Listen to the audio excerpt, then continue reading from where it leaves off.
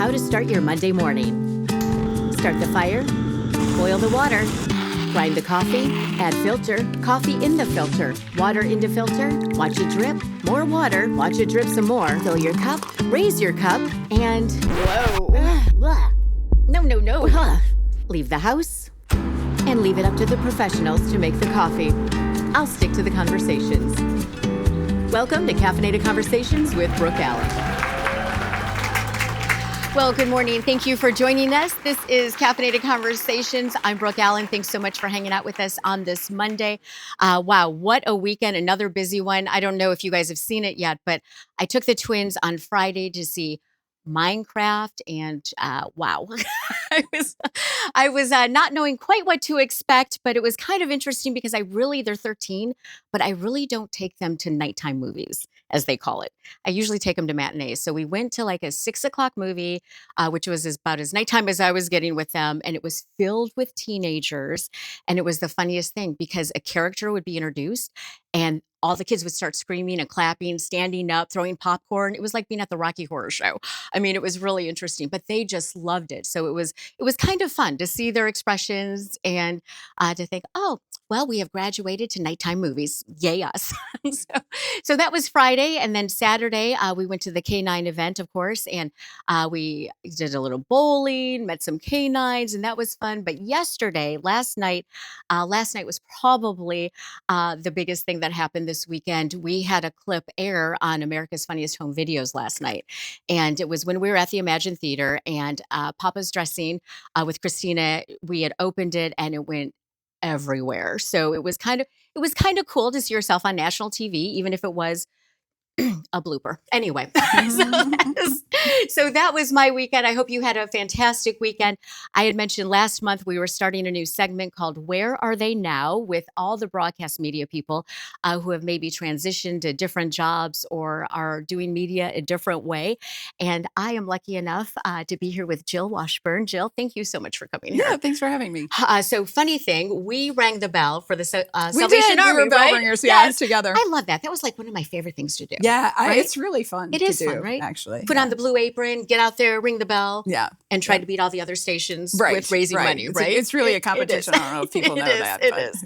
So we obviously people know you from Fox 2 and also Newsnet. Mm-hmm. And now you have transitioned to something else, and it is amazing. Well, I mean, I'm mid-transition, I'll say. All right. Because I am sort of looking for the next opportunity too, but I didn't just want to sit around and not do anything. So I've been working on my social media and growing that. And I had this idea for this, for like a new feed that I call I'm No Expert But. And I couldn't make myself do it. And I have a friend who was like, because it's like life advice. And one of my friends is like, you're the person I always go to when I have a question. And you need to be putting it out there. So she said, I follow other people like you. I think you're going to make it and whatever. So very timidly, I started putting stuff out in maybe November. And it's grown pretty rapidly. Oh, that is awesome. Trying to keep it growing. Right. That's the challenge, right? It's always like, you're looking at your follower count. You're looking at, there's so many different things now that we have to worry about. Worrying about views, not worried about, but, tracking views. Right.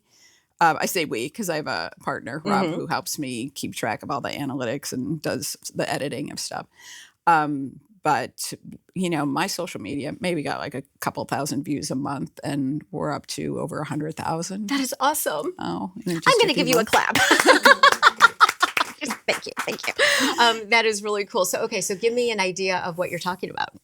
I mean, it can be anything. It generally comes from, things that I've had to struggle. I was just going to say real life, right? Yeah, real life for sure. And I guess I have this thing where if I could save somebody the struggles that I've gone through, if me, giving you a little bit of advice of, how to think or what to do can save you from some of the pitfalls that I've had to endure, that makes me feel like, I'm a success at what I'm trying to do. So there's one posting today about not caring what other people think. I love that. Yeah, because I think we do all get wrapped up in that. And obviously you have, friends and family, of course you care what they think. But once you let the greater outside world start to influence you, I think you start to lose control of your own life. And it affects you. It does affect it affects you. You. You start getting a little crazy, right? Because you're like, oh, how's my hair look? What about my makeup? It's silly stuff you like can that. really start to tear yourself down. For sure. So I think, and that's part of, I hate to talk about the journey, but it's really part of the journey for me is to have built myself into somebody who's so rock solid as a human being. Like I know where my foundation is. And quality. I like to think so. Yes. So that then, if somebody comes along and they make a remark or they criticize or whatever, you can't knock me off my foundation now. And that's not happening. So that's good because it is a struggle when people you don't even know, honestly, behind the screen, right? People can say anything to you. Yes. And that's the big deal. Yeah. And people say, you can't buy into too much of any of it. People will say lovely things and then people will say horrible things. And, you really. There's a balance there, folks. Yeah, there is. So you really have to kind of learn to filter that out and just not buy into it and whatever. But again, that's all part of being knowing who you are and staying solid on your own foundation. So what do you think as far as, we're both kind of doing the social media thing now, right? And it's a lot different. And it is. And I always say, this is like the first time I haven't had major call letters behind me. Yeah. And doing, right. And you're doing it all on your own. And it's like, oh, well, I messed that up. Or I, didn't know how to do that because we're used to having a whole team. Yeah. And now we are the team. Yes. Yeah. And it's been a learning curve for sure. And, for both my partner, Rob, and me, we've had to, figure out a lot of stuff on our own and there's no one generally to go ask a question. So we muddle through stuff, but we muddle through stuff. Exactly. We get through it. And so I'm proud of what we're producing. I'm proud of the product that we're putting out. And so how often do you do those videos? Twice a week. We try to stay really consistent. I think that's the key. Yes, that's what I've always heard. Yep. It's like you got to be consistent no matter what. If it's Mondays at 10, then it's Mondays at 10. Right. Yeah. So, we'll give a little leeway to time, but we really try to post Mondays and Fridays. Okay. So, and then sometimes we play with the times too. One of the posts we put up late on a Friday and that got a ton of attention. So I think that's maybe was it the Friday news dump? the press releases that go out at 4:59 and you're like, oh, here we go. Yeah.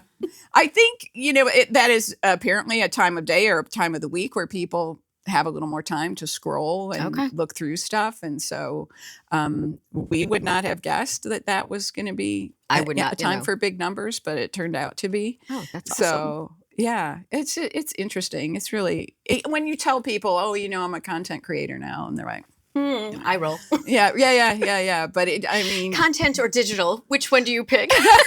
I'm like, it's a draw. Yeah. Yeah. But just that, how that does become a job that you are always, you're still trying to hit deadlines. You're still trying to produce quality content. Right. And you're still trying to hit deadlines and, all that kind of thing. Instead of ratings, you're tracking views or follows or it's whatever. Weird how it all just kind of switches. Yeah. Right. It's different, but the same. It is, right? So, what would you say to somebody who is looking to transition? There's so many people who reach out to me and say, oh, I want to get into broadcasting. I want to be on this station. I want to be on that station.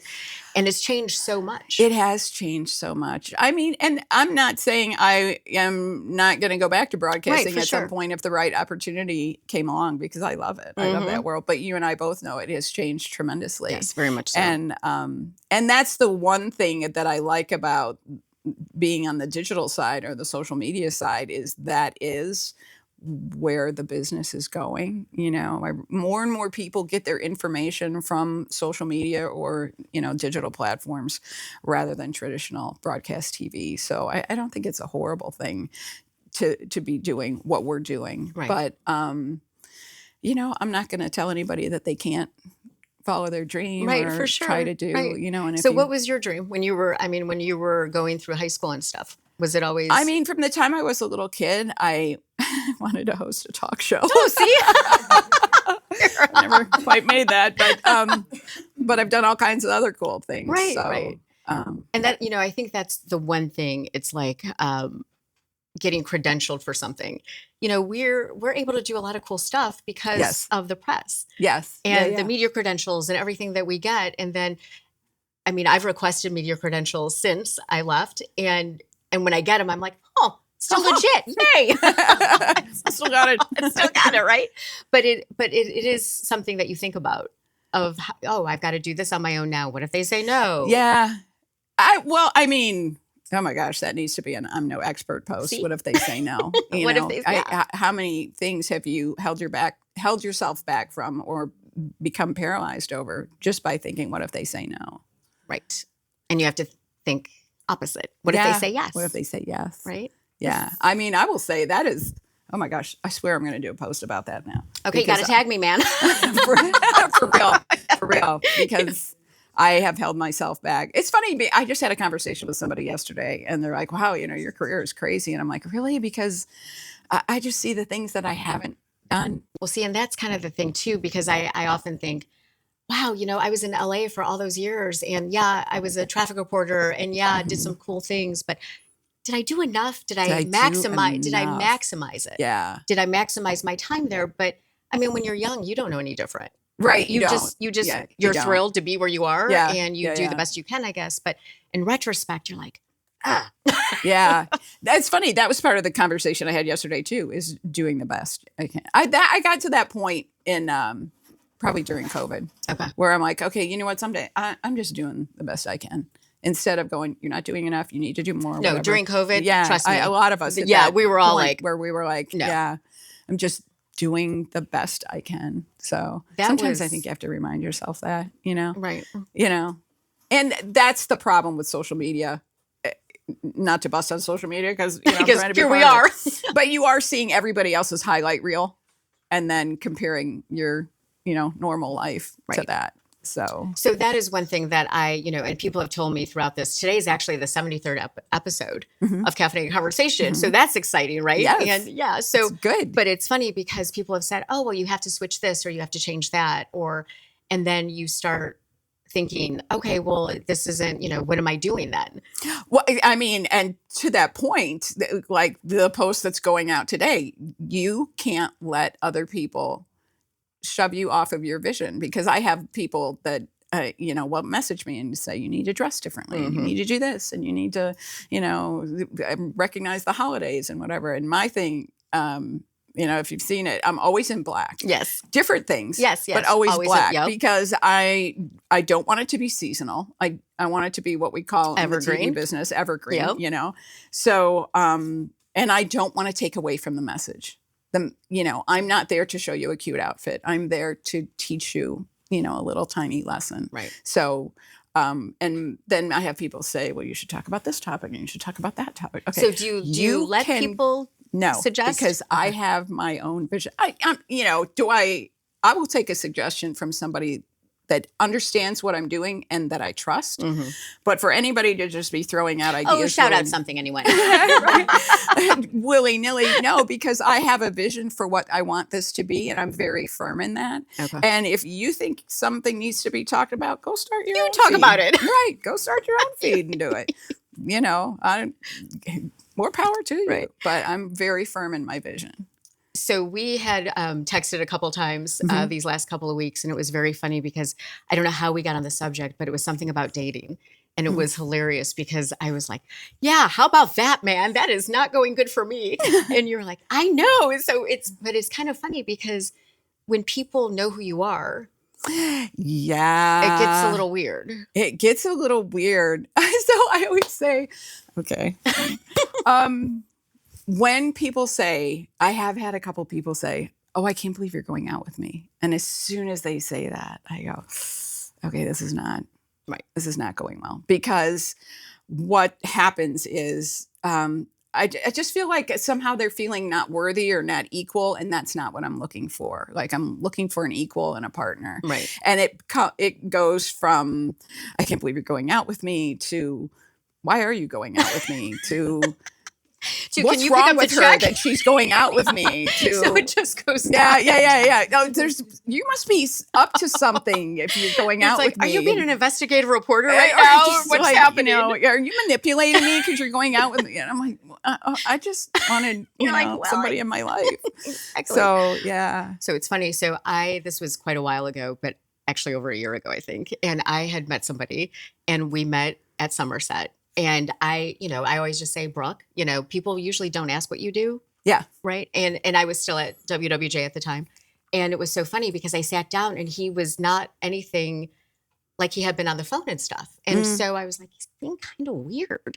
And so, we order, and then he's like looking down, and I'm like, so, hey, what's going on with you? And he's like, I have a confession. And I'm like, oh God.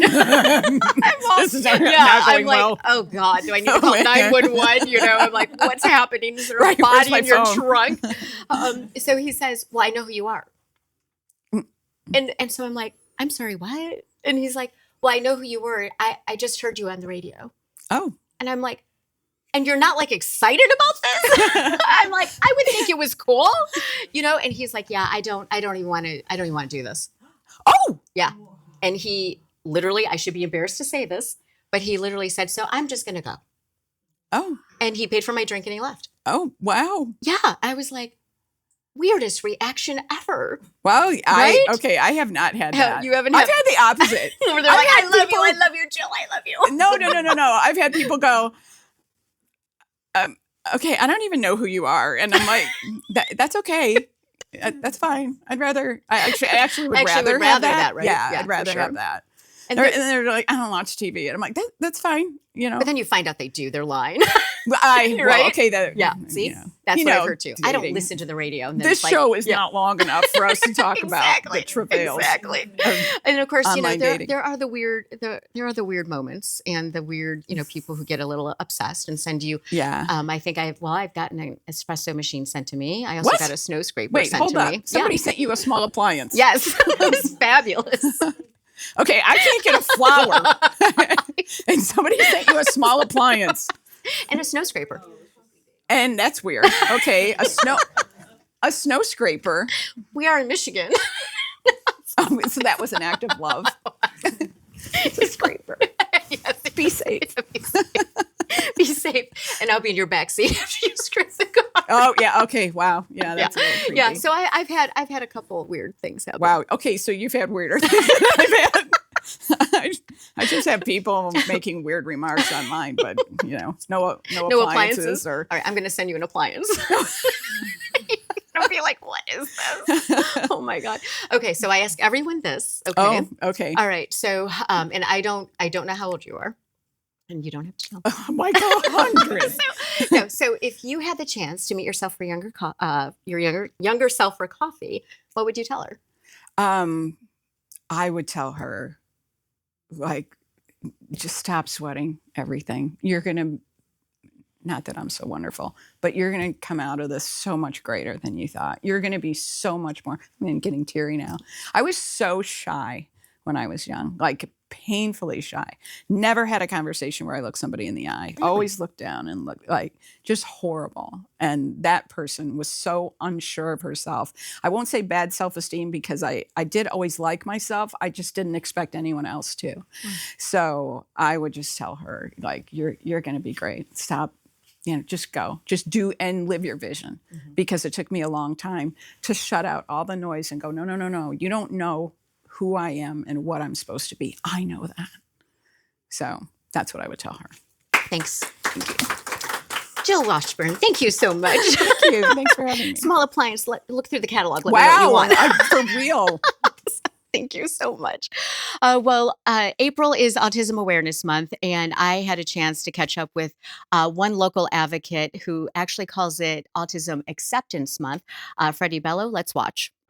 Okay, so I'm hanging out with Freddie the Pizza Man, and Freddie, not only do you equip sensory rooms all over the state of Michigan, you also have something special you do for teachers. What is that? Yeah, the Freddie the Pizza Man ASD Teacher of the Year Award. We're 2025, so we're on our 7th annual ASD teacher. Obviously, ASD teachers are very special to us. So we want to honor them. And what we do is we take the social media, and you can find Freddie the Pizza Man on all social media. It's very simple.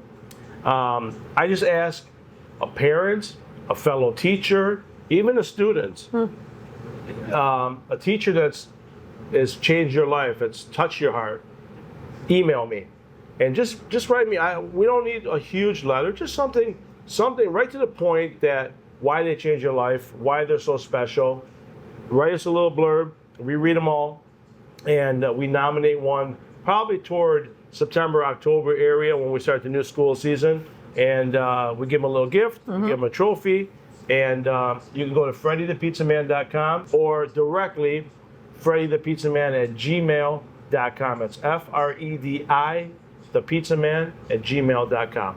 To nominate the special teacher in your life. Absolutely, and it's 7th annual this year. We love it. It's awesome. Special to us. Okay. And reading the letters, I'm sure. and real quick, reading the letters, it's great. So I imagine you get kids that write letters too, don't you? Yeah, we do. And honestly, it's usually parents, but it's usually a fellow teacher. And I think that speaks volumes. That does speak volumes. And usually when I let the wife read them, she usually tears up. And when she tears up the most, is when you know. That's the one we usually know. Yeah. We're like, get the Kleenex, honey. Absolutely. We've got our winner. Bingo. And this is exciting. Freddie has generously agreed to buy 5 schools $600 worth of sensory equipment. So if you have a school in mind, what you need to do is comment and then tag that school. And then during the 2025-2026 school year, probably in August, he will select those, and then we'll let you know and notify him. Well, summer is slowly eking closer to us, right? And Yes. we are all about summer and the summer slide. And of course, I'm with Brigid, Godvin, who is the director of the Student Connection. And you are trying to get the word out now for students for the summer, like to stay with reading. Yes. This year, I have found that the biggest criticism that teachers give me from first grade all the way through college is that reading comprehension is lower and lower. With the little ones, they say they don't understand cause and effect. And with the older children, it's reading a text and being able to analyze it and pick out the words. So reading is extremely important. And my husband, who tutors math and science, says the more complex math gets, the better reader you have to be, because you have to know how to solve the puzzle. So you need to really stress reading. And one of the things I thought about was, if you take a road trip or a family vacation, turn off everybody's screen and listen to an audiobook. Talk about the plot. Talk about the tone of the voice of the author. Why is that important? Talk about words you don't understand. They have to understand that people just don't write to write. People write for a purpose, and the words they choose are extremely important. And the more we learn about AI and how many students are using it, a lot of the teachers are going to in-class essays instead of having them do. Oh, they're making them write it right then. They're making them write it right in school, which is important because they know how they write and what they're doing. So vocabulary becomes important and leads the way. And unfortunately, standardized testing is coming back into play because they feel it kind of gives them an indication and levels the playing field.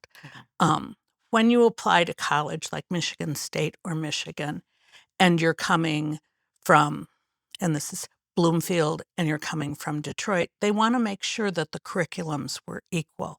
It's not that they're pressing inequality.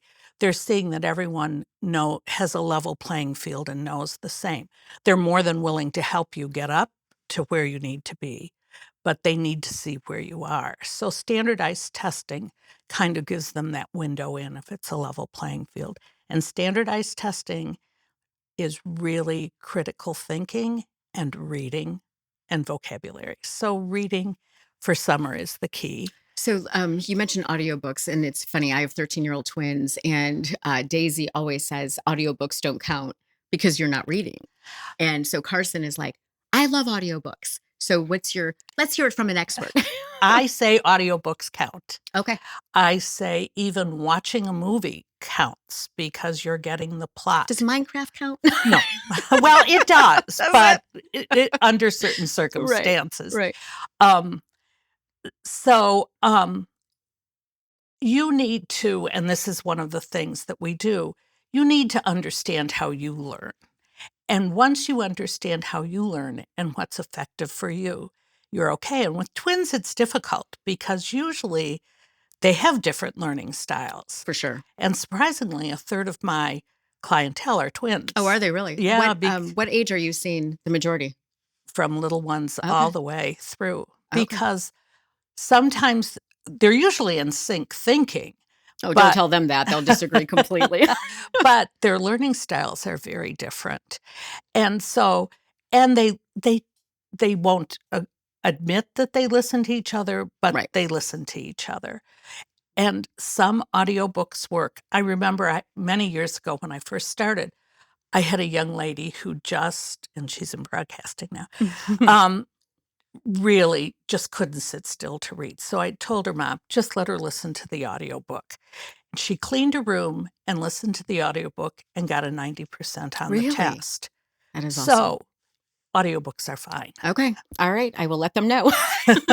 Can you write a note for Daisy and say audiobooks are fine? Carson can listen to these. I can. And the more technology grows, there's something that universities are using now. It's called Glean. I haven't really looked into it, but one of my students records her lectures and then it kind of puts it into notes. Oh.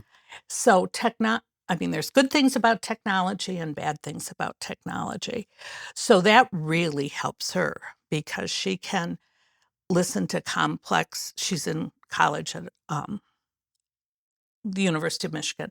She can listen to a complex lecture and then get the notes and break it down and understand it. So that is phenomenal. So for the Student Connection, you tutor kids from all ages, right? We do tutor kids from all ages. So, and once we start seeing a child, it's wonderful to see they usually stay with us.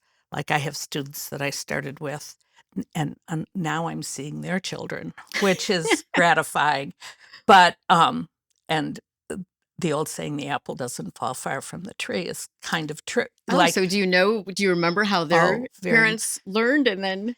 Very much. And I can go back to testing because I rely a lot on testing.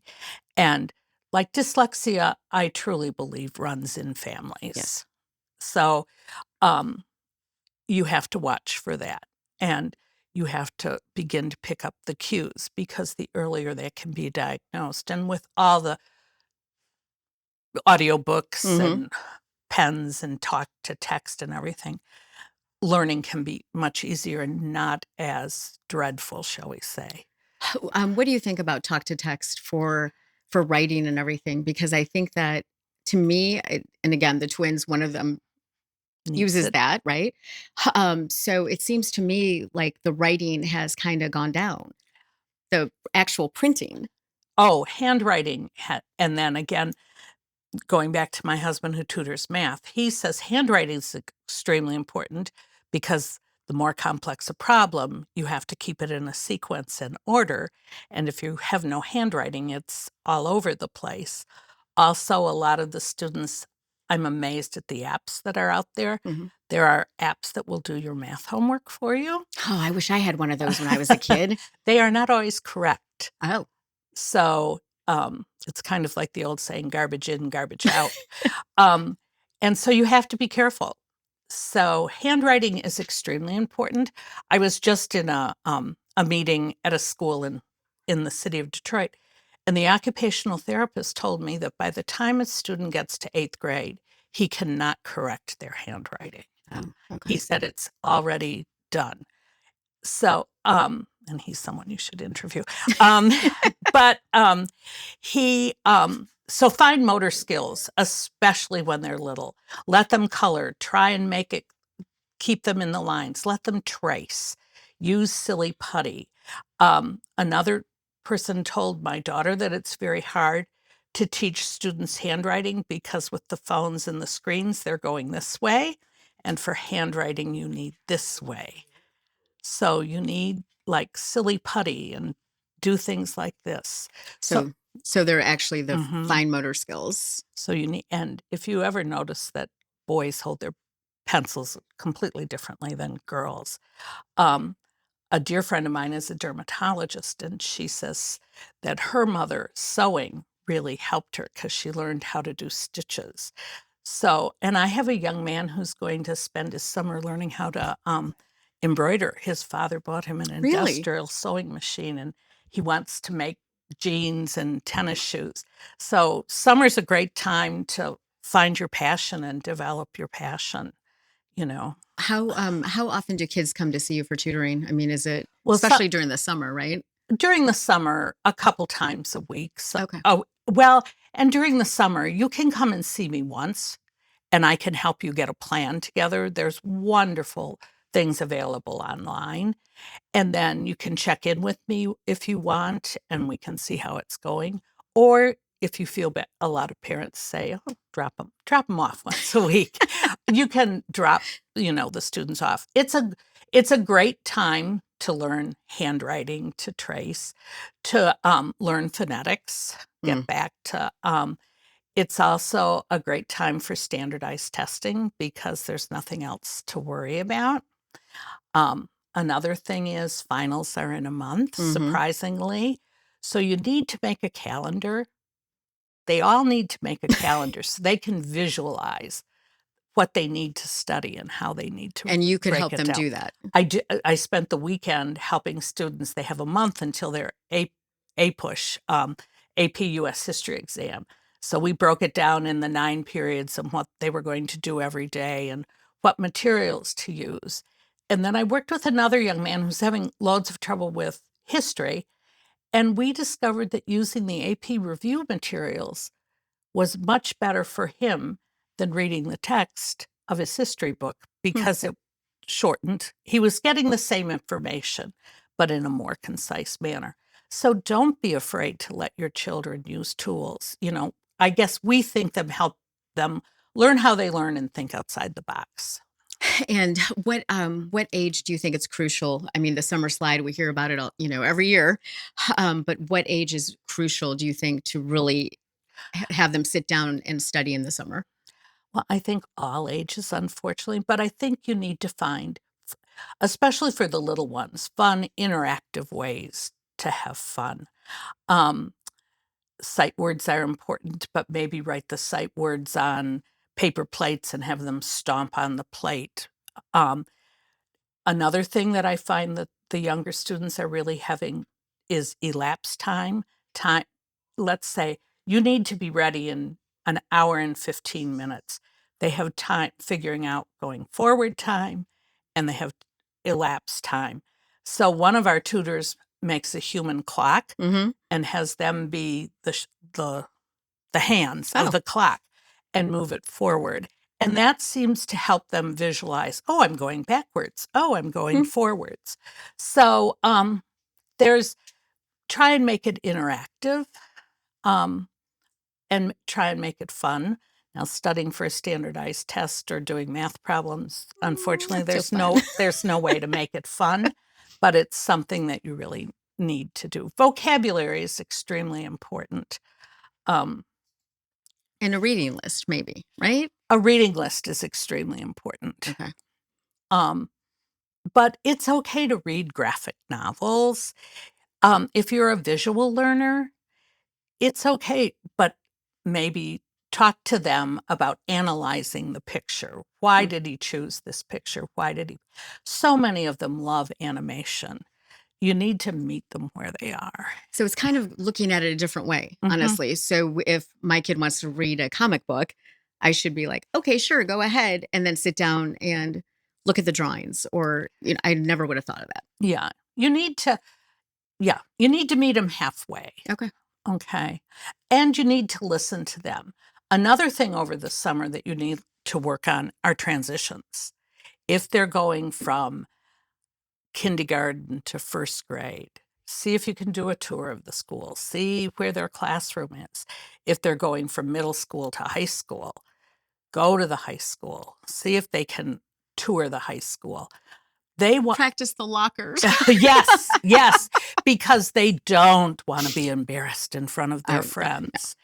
If they're going to college, and most parents don't listen to me, get their ID and password. You want to know they're having trouble academically before before they go on academic probation, before they fail out. You need to know. And you want to think, oh, they're going to college, they're an adult, and they'll handle this. No. So it's okay to do that then? Oh, absolutely. Wow. I encourage parents to have a contract where they know the ID and password. They check in every couple of weeks. If they feel uncomfortable, I become the accountability coach.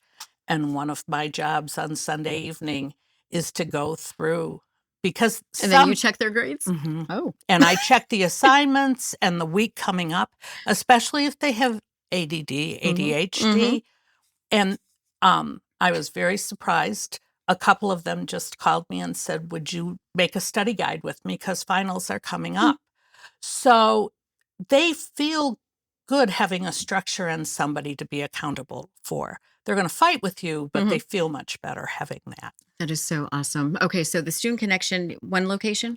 One location Okay. in Bloomfield Hills, and the website is thestudentconnect.com. And yes, would love to talk to you or come and visit. And so can parents come and tour and bring the Oh, kids and yes. everything and kind of see what it's all about themselves in person? Yes, Okay. And then you have really amazing hours. we do. We're there 7 days a week. Yeah. And we are there from like 10 to 9 at night, and with spring sports. And on Sunday, we stay as long as we're needed. Okay. So with spring sports, if we have to see somebody, if a game goes over and it's 9 to 10 and they have a test the next day, we'll do that. We all had kids or have children, and we know sports is extremely important. I think they learn teamwork, they learn structure. So they need to stay active. And But they need to keep up on those academics too, right? Well, they really do. They really do. So we see a lot of athletes. Okay, awesome. Thank you so much. It's a pleasure to see you. And I know the summer, the summer's a stressful time for parents, right? Because it's kind of like, okay, what do oh, it's fine. Just be on your computer for a little while. A little while turns into hours, and it's detrimental to everybody. Yes. So try and stay off the screens. All right. Thank you so much. Okay. I asked Jill, I'm going to ask you, if you met your younger self for coffee, what would you say to her? Take the chance. Yeah. Okay. You heard it. Take the chance and sign up for tutoring. Well, just 2 days away, we are from the Women of Wisdom event that is happening April 16th at Edgewood Country Club. I will be moderating that event. I just checked. It looks like tickets are actually sold out. This is an amazing event, all about empowerment and kind of thriving together and learning from each other. So I will be there doing that. It's about leadership, empowerment, also personal growth. And that is happening just April 16th. So that is Wednesday, 2 days away. So another woman who knows about empowerment, I'm going to have her come up while I'm talking, is Denise Mansfield. And she is the owner of Mansfield Insurance Group. And Denise, thanks so much for joining us. Thank you for having me. And of course, you have owned your own company for what, 15 years? 10. Okay, so 10 years. Yep. And why insurance? My parents were like, you should have worked for the IRS. Nobody likes you. I got into insurance kind of on a whim, and worked for somebody else, and then realized there was a much better way to do it. Okay. And I wanted to be the one to kind of change the way that people looked at and used it. And 10 years later, we are absolutely doing that. That is so amazing. And it's honestly one of the most confusing subjects. Jill, I think you need to do something on this too. Yeah, right. Yeah. But I mean, homeowners and car insurance and bundling and all of it, right? I mean, it gets kind of crazy. A lot of people are insured but not protected. Okay. So a lot of people have insurance in place, but without that connection with a good advisor who's asking the right questions, oftentimes you find the gap when it's too late. And so it's So when they really need it. when they really need it, right? You can't put insurance on a burning building, Right. So we really try to close that gap by being really educated, asking the right questions, and being relationship driven, so that we're in contact. So as things change with them, we can kind of You can change kind of- things for them. And so out of all the insurance issues that are out there, what is the one you're seeing the most of? Ooh, that's a fully loaded question. I thought we were going to wait to the end for the tough ones. Okay. So we're a full service agency. So we do home, auto, life, and business insurance. I would say that, the law makes you have auto and mortgage companies make you have home insurance, but nobody is telling you that you have to take care of your family.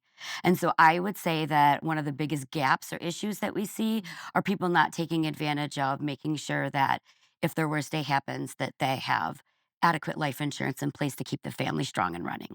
And so life insurance is a tricky topic. Yep. People don't want to talk about it, but like you just said, you absolutely need it. It's one of the only insurances you're likely guaranteed to use. Okay. So what is the one question people need to ask if they're asking about life insurance?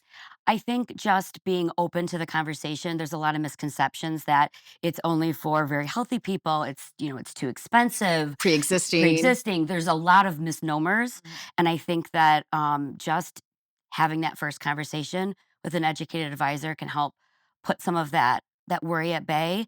There's almost nothing we can't do to help someone get something they need. And I think too, there's a misconception that life insurance is super expensive. Yeah, it is absolutely not. I mean, sure, there's a lot of different things you can do, but generally speaking, for most young families, we're looking at $1 a day. Really? Yeah. Oh. It really can be. What if you're not so young? Yeah, that's okay.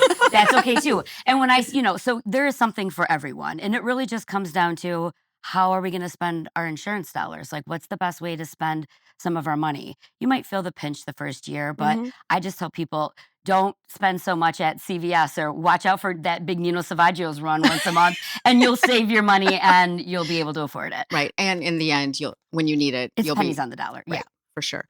Okay, so another reason you're here is because you are a sponsor of On the Wings of Angels. Yes. That gala is coming up, and this is a really important mission to you. And I just thought it was important to ask you why.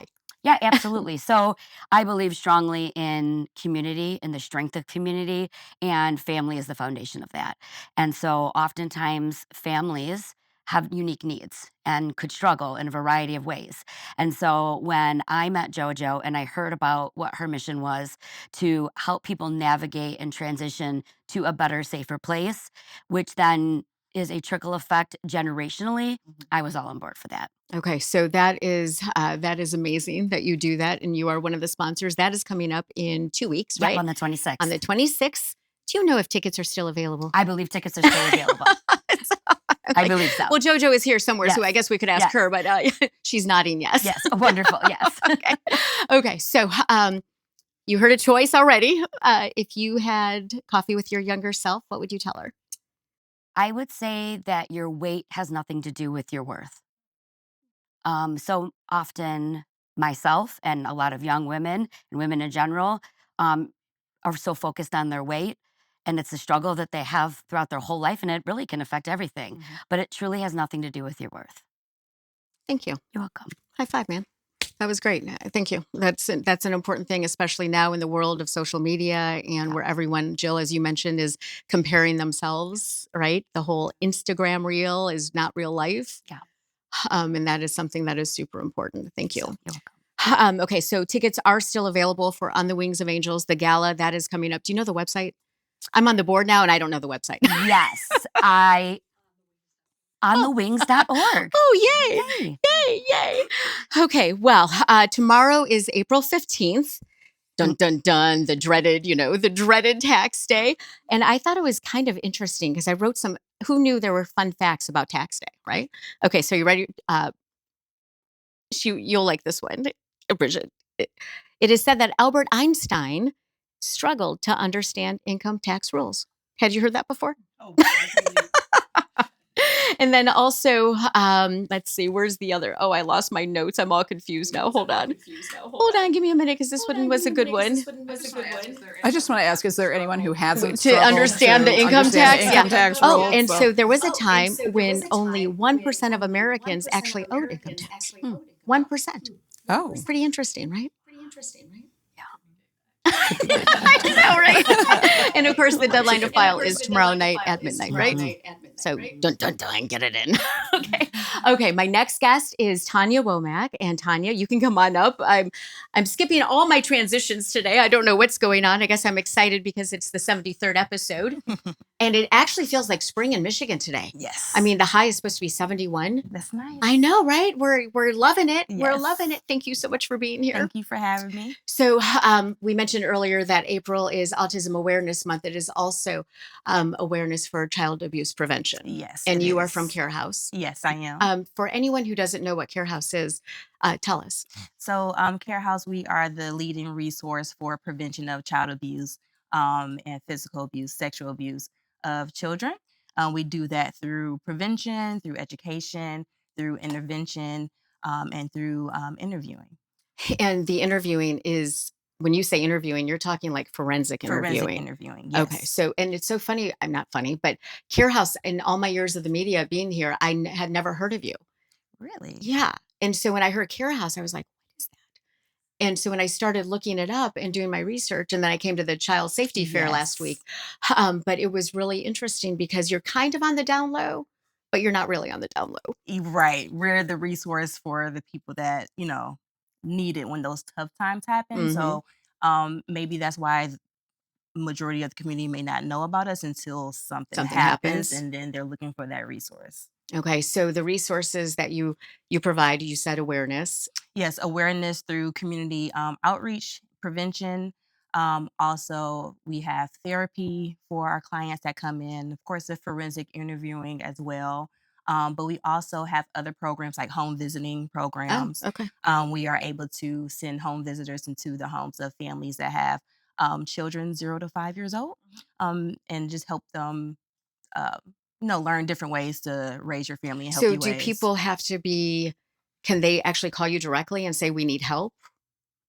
So Or how does that work? Okay, so with the forensic interviewing, like if someone needs an interview, that has to be a referral that is done through CPS Okay. or the police department. Right. So they'll give that family a referral. But for other services, like our home visiting, they can get a referral. If they want community outreach, they can call and say, hey, can we schedule a training? So other resources, they can just call us. But the forensic interviewing, it has to be a referral process. Okay. So Yes. the statistics are not great. They're not great. No. So tell me what those are. So 1 in 10 children would be sexually abused before the age of 18. And also with that statistic, that's only encompassing actual physical sexual abuse of a child. So if you think about other types of sexual abuse, when it comes to child pornography, when it comes to maybe um, someone sharing explicit photos to a child or showing the child pornography, maybe they didn't touch the child, but maybe they showed them an And explicit that photo. still counts That as still counts as child sexual abuse. If someone has a sexually explicit conversation with a child, again, maybe they didn't touch the child, Mhm. but they had that type of conversation, that's considered child sexual abuse. So is that counted in the statistic? It is not. So it is not. Right. So Okay. if it was, that statistic That would would be look way higher. way different. Okay. Yes. So I guess now with, everything being online, and we, people need to realize that Yes. that's a serious accusation and serious issue. Mm-hmm. Exactly. This is like a part of why I chose to go into this field of prevention. I've been in prevention for over 13 years now. And I think it's really important to be able to have those conversations with people, even starting as young as preschool, just having healthy conversations about body parts and being able to actually name them and not call it something else other Right. than the actual name of it. That's a part of safety. Right. Yes. And isn't it interesting because even adults, and we all kind of, oh yeah, it's like, oh yeah, don't, but that's the reality, That's the is that we reality. need to do that. And Yes. somehow we're all still embarrassed to do it. Yes. And It's we have to more of kind the of, adults that it are is, embarrassed right? to say it than the kids. The Okay. kids don't have a problem with it if you're teaching them that early on. Okay. Yes. So teach the kids as much as we're like this. Yes. Yes. Don't be shameful. So I was at, you have this safety child fair. Yes. And Thank you for coming. yes, no, it was amazing because you had all these different stations set up, and like there was the red flag station, Yes. right? And then there was a safety. Well, they each kid had a safety squad passport. Yes. And oh, here they are, right here. Yep. Okay, So we basically took the kids on a little adventure, teaching them 5 different safety rules to keep themselves safe in any type of situation, whether it's online, whether it's bullying, whether it is some type of physical abuse, how to keep themselves safe. And of course, with children, they learn best when they are interacting and they're hands-on and everything's like repetitive. and having fun too, and they're right? having fun, right? And there was pizza. And there was pizza and cookies and popcorn. So of course that adds to it as well. But the 5 safety rules that we went over were like know what's up. So teaching children, outside of having devices, do you know your parents' phone number? Do you know your address without having your device? Right. Right. Because how many of us would know a phone exactly number? you're like, oh, I forgot my mom's number, right? So it's important for us to be able to teach children that, right? Also spotting red flags, so knowing when something is unsafe, if something makes you feel uncomfortable, if someone pressing boundaries or about to break a safety rule, they should be able to be aware of that. Do you guys talk about, like, you kind of mentioned it, but intuition? I mean, because like you said, if a child feels like something is off or something's getting weird, do you refer to that as intuition or just kind of explain that to them? Yeah, we explain that to them in a kid-friendly way. So our curriculum, it goes from kindergarten all the way to high school. And in that, we do teach all different grades grooming. Like, what does grooming look like? Because sometimes, like, if a child is being groomed, they'll get used to stuff. They may not know that abuse is about to happen, but a person may be trying to test those boundaries. So it may be something as simple as if they want to give the child a hug all the time, but now when they hug the child, they may start to rub the child's back. Like, so just teaching children, like, even if it's a shoulder rub and it makes you feel uncomfortable, know that it's okay to say something. You can speak up and say, like, I don't like that. Right. Right. So also with that, that's part of another safety rule. So make a move. So how do you get to safety? Or maybe if something happens at school, maybe you need to get another friend with you to go to a safe adult. Also to talk it up. So who are your safe adults outside of mom and dad? Because mom and dad can't be with you all the time. Right. So if you're at school, who is a safe adult? Maybe if you're in the neighborhood, who can be a safe adult? But also letting the parents know they need to know who those safe adults are as well. And probably the kids and the parents should talk about that and determine who that is together, right? Together. Okay. Yes, absolutely. And then the last one, which I think is really, really important, especially if anyone that's been through any type of abuse, is teaching children no blame, no shame. So oftentimes perpetrators may use tactics to make the child feel like it's their fault why this abuse is happening to them. And it makes it hard for a child to come up and speak out that something bad is happening. And also they may feel shameful for what happened. So just reminding the child that it's never their fault for if they go through abuse, but it's at the hands of the adult that took advantage of them. So really teaching that. But we did it in a really fun way. Oh, no, it was a lot of fun. It was so fun, right? It was fun. It was fun, and you had a good turnout. Yes, we had and an it seemed awesome like the turnout. kids. I was watching them, and they were going to the different stations, and it was awesome. Something you said about the no blame, no shame. I think that ties back to what JoJo's mission is too, with On the Wings of Angels for survivors of domestic abuse, right? Yes. Because it's all about getting the word out there that you are the victim. Exactly. And you don't have to be ashamed of this. Exactly. And how do you do that? I mean, how, even for like an adult in JoJo's case, she's helping these survivors. What would you say to an adult woman who's been abused? What I would say to an adult woman who's been abused is one, again, don't feel like you're alone, because oftentimes they have been told or manipulated in a way where they feel isolated from everyone. So letting them know that they are not alone. And also there are a lot of resources out there. So don't be afraid to go out and get the resources that you need. You can even call anonymously to hotlines. So if you're, afraid to say your name or something at first, you can reach out anonymously and get what you need until you're ready to take that next step. So there are ways to do it. Yes. That's awesome. Yes. What's one of those hotline numbers? Do you know? I know. Isn't there a major? There's like a It's a national national one, right? one, but there is Haven in Oakland County. They're a domestic violence agency, and they have a hotline. I'm not sure Okay. their hotline right off the top of my head, but Okay, so Haven. Okay, Yes. thank you so much. yes. Okay, what would you say to your younger self if you met her for coffee? That's such a good question. What I would say to my younger self is, don't be afraid to step out on faith. Don't be afraid to take that leap of faith. I think for myself growing up, I was timid as well, and I was like shy, and I didn't, step out to do a whole lot of things. And I think that hindered me in some ways. But don't be afraid to take that leap of faith, even if you mess up. It's okay to mess up.